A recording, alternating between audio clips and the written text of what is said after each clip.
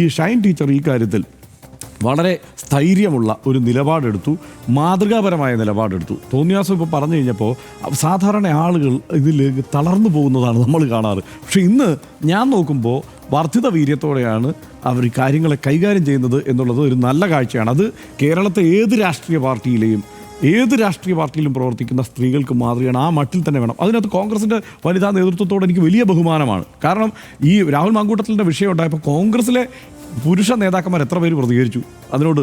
ഈ പറഞ്ഞ ജിൻഡോ പ്രതികരിച്ചത് നമ്മൾ കണ്ടു, അതിനുശേഷം ജോസഫ് വാഴക്കൻ പ്രതികരിച്ചത് കണ്ടു. ഇങ്ങനെ ഒന്നോ രണ്ടോ നേതാക്കന്മാർ ഷാർപ്പായി കൃത്യമായി കാര്യങ്ങൾ തിരിച്ചറിഞ്ഞ് പൊതുസമക്ഷം അത് പറയാനുള്ള ധൈര്യം കാട്ടി. വനിതാ അതേസമയം അങ്ങനെയാണോ? വനിതാ നേതാക്കന്മാർ അങ്ങനെയല്ല.